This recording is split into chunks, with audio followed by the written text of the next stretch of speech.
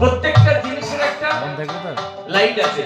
লাঙল চাষ করতে গিয়ে কেউ যদি হাতি দিয়ে লাঙল চাষ করে হয়, আবার যদি ছাগলের বাচ্চা দিয়ে করে তাও হয় না। ওর জন্য মোষ, বলদ নইলে ঘোড়া লাগে।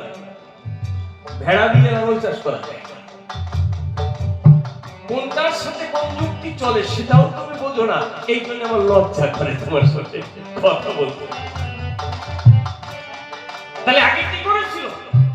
সবাইকে দাস বানিয়ে রেখেছিল। ওই যে দীক্ষানিত তার দাস টাইটেল হতো, এখনো হরিচাঁদ ঠাকুর এগুলো ভেঙে দিল।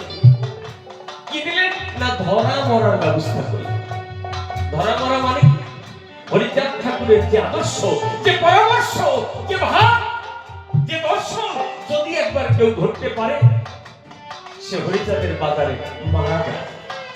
আত্মচৈতন্য ভাবে তখন জাগতিক অজ্ঞানতা, অসচেতনতা, কুসংস্কার, ব্যভিচার ছেড়ে দিয়ে মুক্ত জগতে যুক্ত হয়ে একদম প্রেমিক হয়ে হরি বল বলে তারা বিশ্বে